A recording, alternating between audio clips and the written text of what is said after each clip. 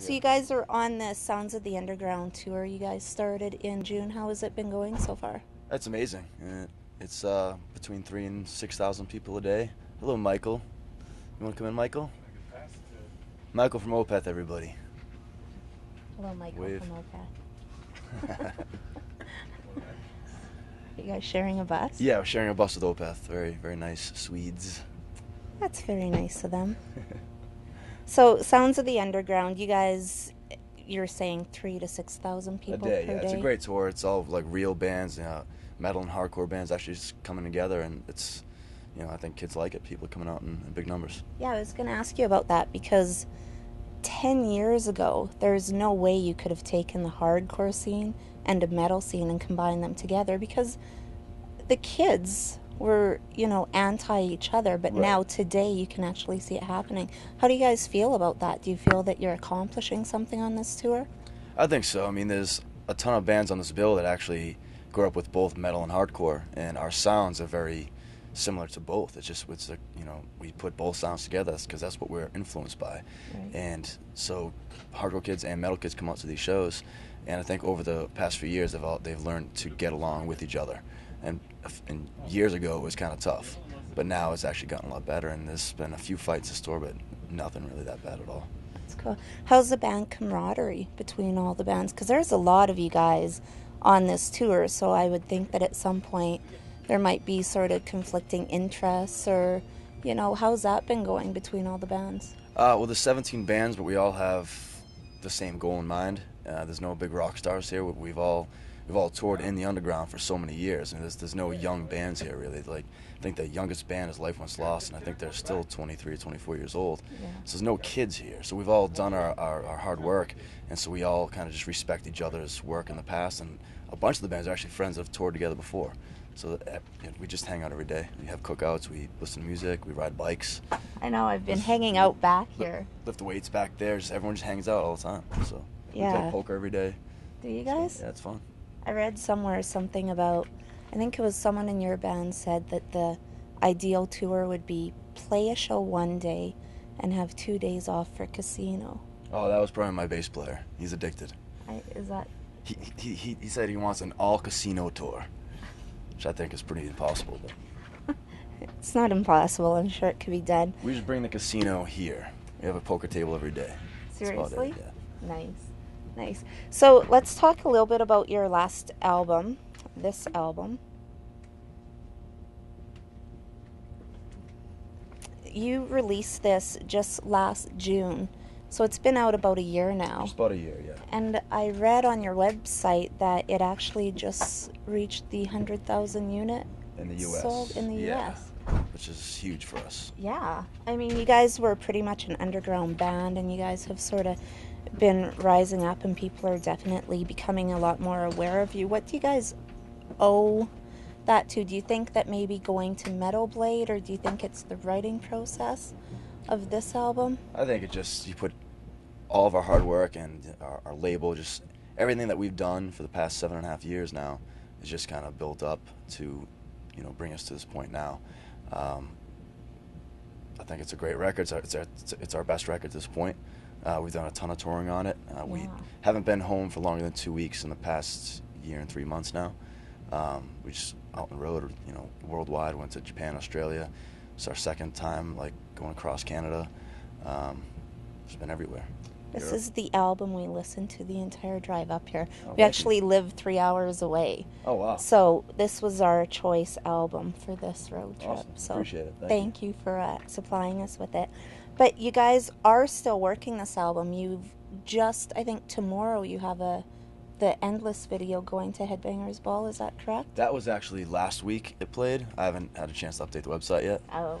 That's me, but it aired last weekend, and I think kids dug it. So Cool. Now, it's a live concept video. It's just live footage to the album track. and Endless was also on the previous EP. What made you guys decide to bring it back for the full-length album? The EP didn't sell very well because it is an EP. We had a full-length before that called This Thing's a Conscience that sold a lot better.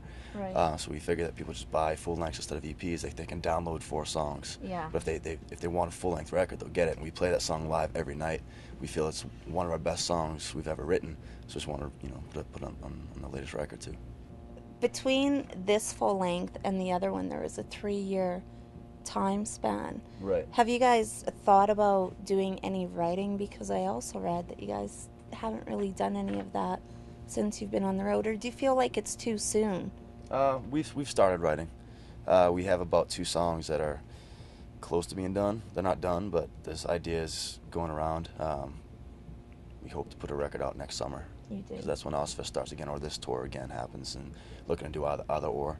So Right. we'd like to have a new record out by then, but we still have a while on this tour. I think we have 2 more tours after this lined up That's insane. for this record, because we just want to get out there and keep on pushing this record. You guys had more time in the studio with this album? We had a lot more time. We actually had a month in with Adam D this time.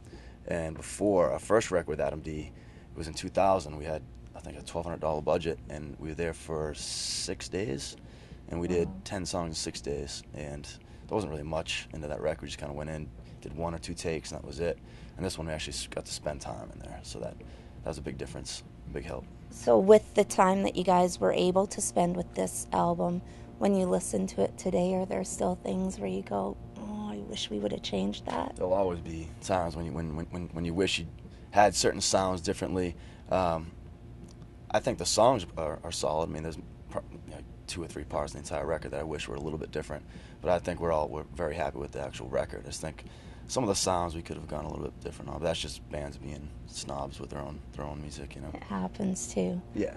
The good thing about live is you play it live, and if you make a mistake or you play something wrong, is you just get to walk away from it.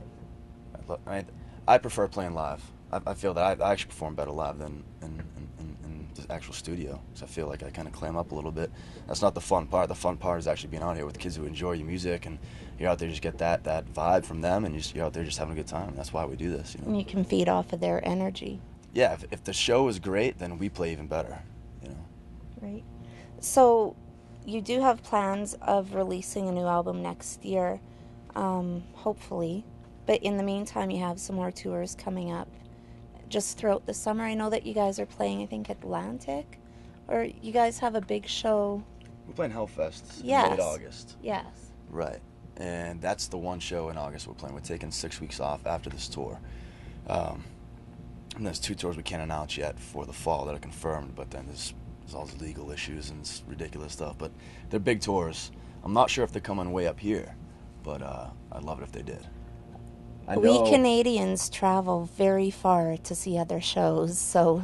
Great. Well, I think it's going to Eastern Canada. I'm not sure about Western Canada. Yeah, everything goes Eastern, so whatever.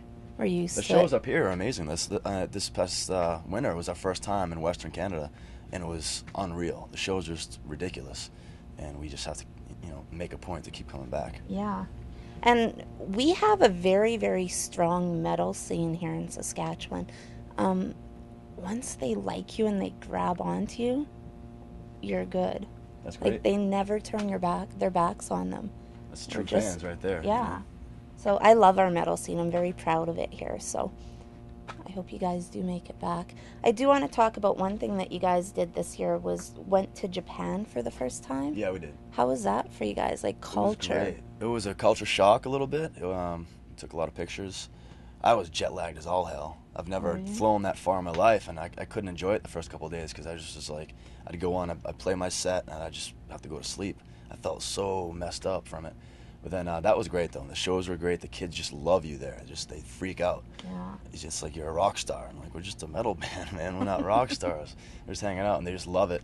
And we actually flew to Australia after that, too, which I loved as well. That was just great to be in both places. Have you been to Australia Never before? before. It was first time for both countries, and it just was unreal. I mean, the fact that music has brought us to all these places is just amazing to all of us.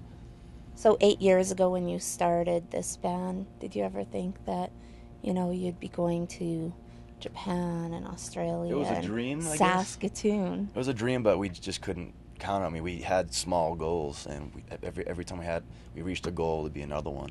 And Japan, Australia, and Western Canada, and all that stuff was never really something that we said we have to do that right now. Just like if we can get there, then that's amazing. That's an accomplishment for us, and it's here. So small goals. What's your next thing that you would like to do? Any other tours or bands that you'd want to play with?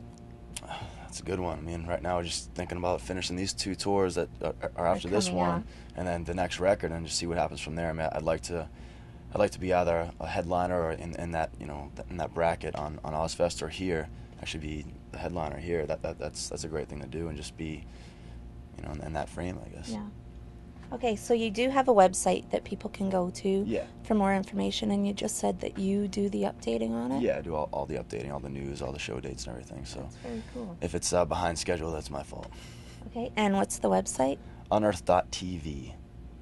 Okay, so this album, make sure you go out and pick it up from any record store. If they don't have it, make sure they get it in.